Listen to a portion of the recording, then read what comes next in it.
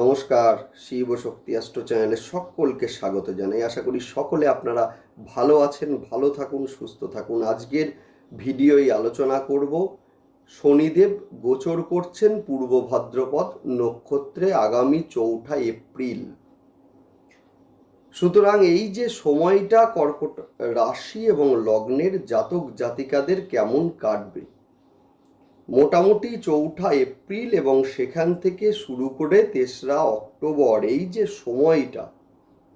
এই যে সময়টা উনি শতভিষা নক্ষত্র ছেড়ে দিয়ে অবস্থান করবেন পূর্ব ভাদ্রপদ নক্ষত্রে, অর্থাৎ যেটা কিনা বৃহস্পতি দেবের নক্ষত্র।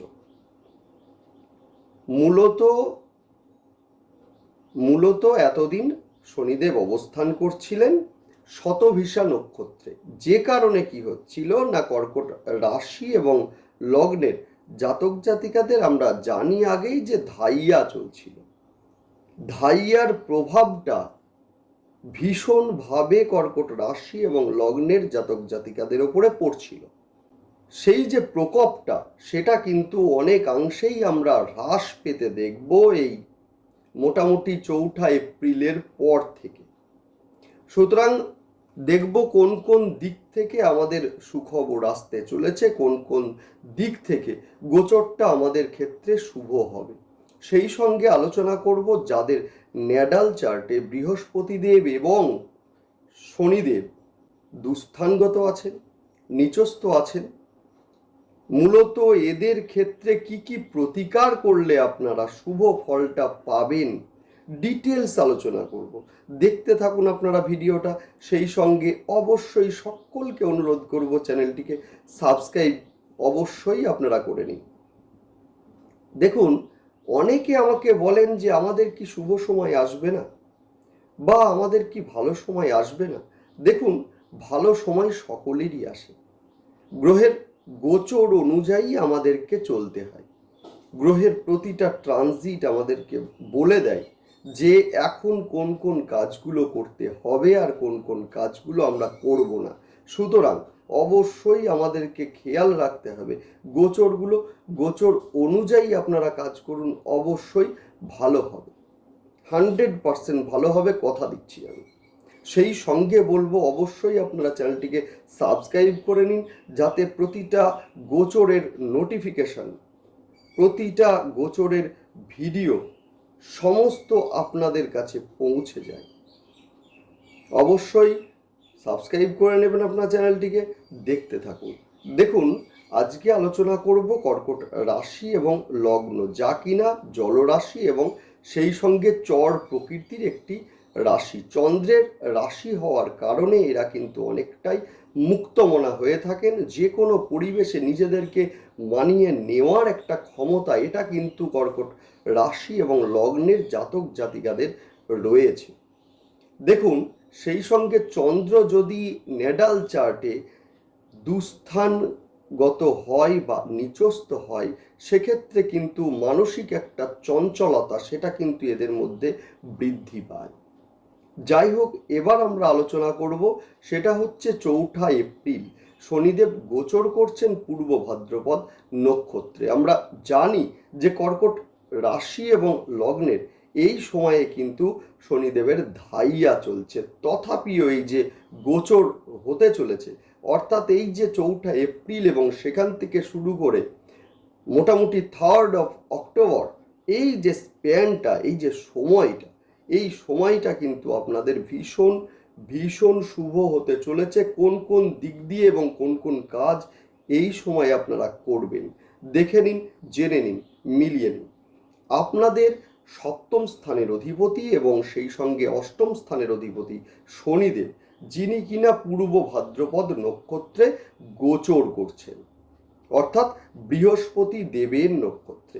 যে বৃহস্পতি দেব আপনাদের 6ষ্ঠ এবং 9ম স্থানের অধিপতি।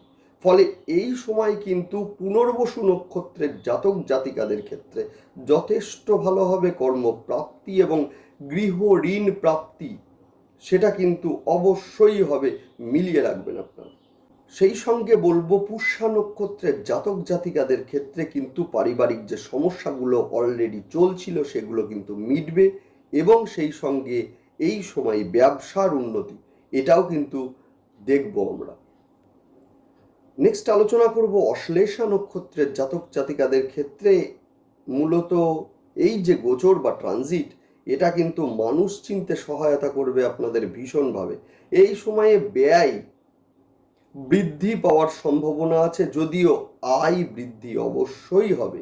সেই সঙ্গে বলবো কর্মপ্রাপ্তি ও কর্মসূত্রে বাড়ির কাছে ট্রান্সফার বা কর্মের পরিবর্তন এই সময়ে হবে। অর্থাৎ এই যে গোচর বা ট্রানজিট, এবার আমরা আলোচনা করব কর্কট রাশি এবং লগ্নের জাতক জাতিকাদের ক্ষেত্রে কি কি হতে চলেছে। একটি জেনারেল যে প্রেডিকশন, সেটা হচ্ছে যে এই সময়ে যারা বাড়ি করবেন ভাবছেন বা কিনবেন ভাবছেন ব্যাংক লোনের মাধ্যমে, অবশ্যই সেই ক্ষেত্রে অবশ্যই আমি বলবো যে ব্যাংক লোনের ক্ষেত্রে বা বাড়ি ক্রয়ের ক্ষেত্রে যে সমস্যাগুলো এতদিন হচ্ছিল, আটকে যাচ্ছিল, সেগুলো কিন্তু এখন অনেকাংশেই হ্রাস পাবে এবং হবে, অবশ্যই হবে।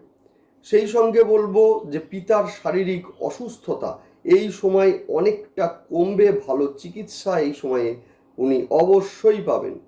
যারা কর্মহীন আছেন এদের ক্ষেত্রে বলবো কর্মপ্রাপ্তি, বিশেষ করে এই সময়ে যারা চাকুরির পরীক্ষা দেবেন বা রেজাল্ট বেরোবে যথেষ্ট ভালো হবে এই সময়।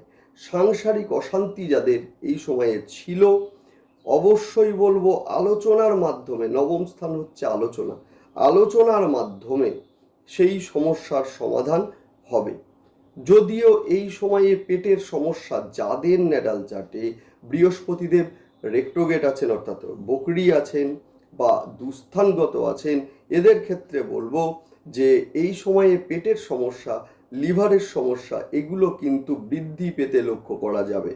বিবাহের ক্ষেত্রে যাদের আটকে যাচ্ছিল, হচ্ছিল না, অবশ্যই এই সময় বৃহস্পতি এবং শনিদেবের যে জুতি, অর্থাৎ সপ্তম স্থান এবং নবম স্থানের এই যে কানেকশন, এর ফলে কিন্তু বিবাহের যোগ ভীষণভাবে বৃদ্ধি পেল এবং অবশ্যই হবে, আপনারা চেষ্টা করুন। সেই সঙ্গে বলবো সন্তানের ক্ষেত্রে ভীষণভাবে এই গোচরটা শুভ, অবশ্যই শুভ। বিশেষ করে বলবো যে যাদের সন্তান বা যারা বা যে সমস্ত শিক্ষার্থীরা শিক্ষার কারণে বাইরে যেতে চাইছেন, এই গোচর কিন্তু তাদের ক্ষেত্রে ভীষণ ভীষণ শুভ হতে চলেছে। নেক্সট আলোচনা করব প্রতিকার সম্পর্কে, অর্থাৎ যাদের ন্যাটাল চার্টে শনিদেব এবং বৃহস্পতিদেব বক্রি অবস্থায় আছেন, দুস্থানগত আছেন বা নিচস্থ আছেন, এদের ক্ষেত্রে বলবো অবশ্যই আপনারা প্রতি সোমবার এবং শনিবার রুদ্রাভিষেক দুধ দিয়ে অবশ্যই করুন। যেহেতু আপনাদের রাশি বা লগ্নের অধিপতি চন্দ্রদেব, দুধ কিন্তু চন্দ্রদেবকে নির্দেশ করে এবং দুধ দিয়ে রুদ্রাভিষেকের ফলে অনেকটাই সমস্যা আপনাদের হ্রাস পাবে এবং শুভ ফল আপনারা পাবেনই পাবেন। দ্বিতীয় বলবো প্রতি মঙ্গলবার এবং শনিবার করে আপনারা হনুমান চল্লিশা অবশ্যই আপনারা পাঠ করুন। হনুমানজির ছবি বা মূর্তি যদি থাকে সেক্ষেত্রে বলবো জবা ফুল দিন এবং একটি সিঁদুরের কৌটো তার কাছে রাখুন, যথেষ্ট ভালো রেজাল্ট আপনারা পাবেনই পাবেন। বৃহস্পতি যাদের বকরি আছে তাদের ক্ষেত্রে বলবো আপনারা প্রতি বৃহস্পতিবারের দিন স্নানের জলে কাঁচা হলুদ দিয়ে স্নান করুন, দুর্দান্ত রেজাল্ট আপনারা পাবেন। যাদের সন্তান অবাধ্য হয়ে যাচ্ছে, কথা শুনতে চাইছে না, এদের ক্ষেত্রে বলবো যে আপনারা অবশ্যই হলুদ এবং সেই সঙ্গে কেশর গুলে আমাদের কানের এই যে পেছনে, লতির পেছনে আপনারা ফোঁটা হিসাবে ব্যবহার করুন, দুর্দান্ত রেজাল্ট আপনারা পাবেনই পাবেন। যাই হোক, ভালো থাকুন সকলে, দেখতে থাকুন এবং সেই সঙ্গে অবশ্যই আপনারা চ্যানেলটিকে সাবস্ক্রাইব করে নেবেন। যাই হোক, ভালো থাকুন, নমস্কার।